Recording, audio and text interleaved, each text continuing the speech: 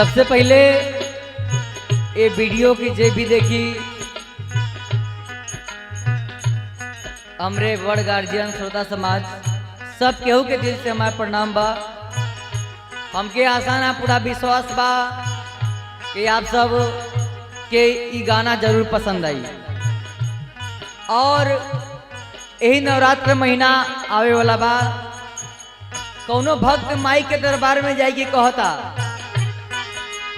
बा कि हे माई अब तोहरा सिवा हमारे दुनिया में केहू नइखे। का कहले बा भैया?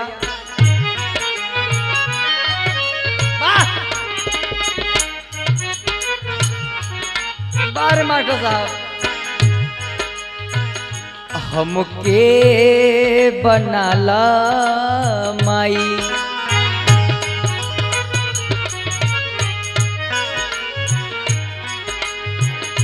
हमके बनाला माई, हमके बनाला माई, चरनिया के धूल हो भेजता नेवता देवता करना कबूल हो।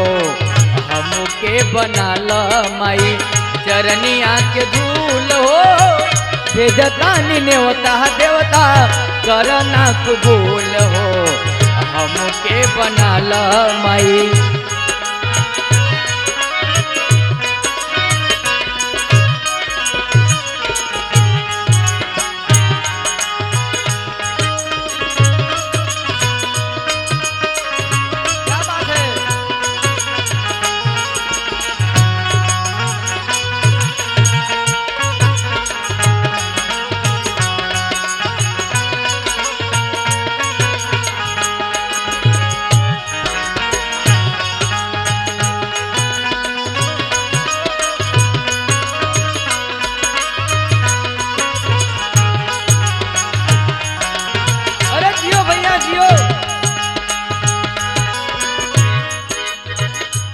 भक्त कहले बा कमलेश भैया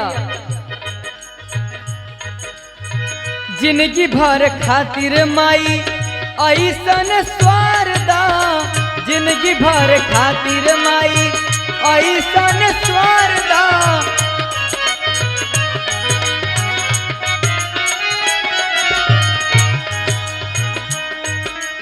अरे गीत संगीत माई अंगे अंगे भर दा, गीत संगीत माई।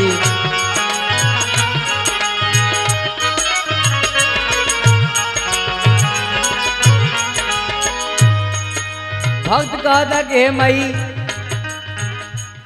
माई अगर तू ध्यान न देबू तो जान ला कि हमार दुनिया कोनो काम काज के नखे।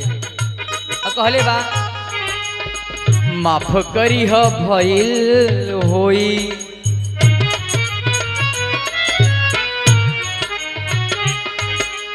अरे माफ करी ह भइल होई, माफ करी ह भइल होई, जवन हमसे भूल हो भेजता नेवता देवता करना कबूल हो। हमके बनाला माई, चरण के धूल हो भेजता नेवता देवता करना कबूल हो। हमके बनाला माई।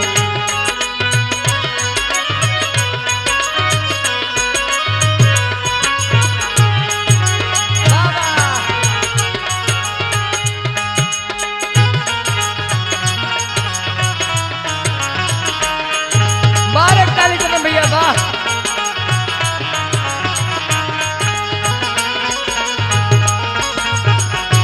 क्या बात है नीरज भैया।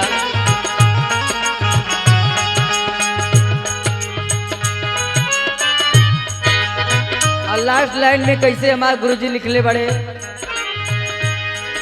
अरे नैया फसल माई अब ही मजधार बा, नैया फसल माई।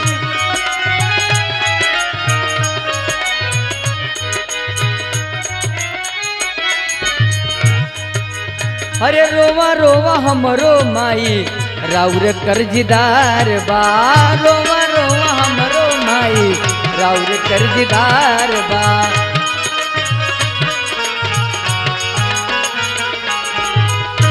और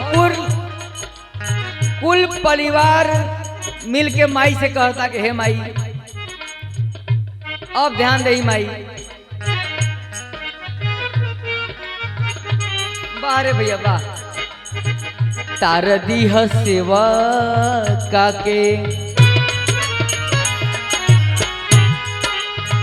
तार दीह सेवा काके तार दीह सेवा काके परिवार कुल हो भेजता नी नेवता देवता करना कबूल हो।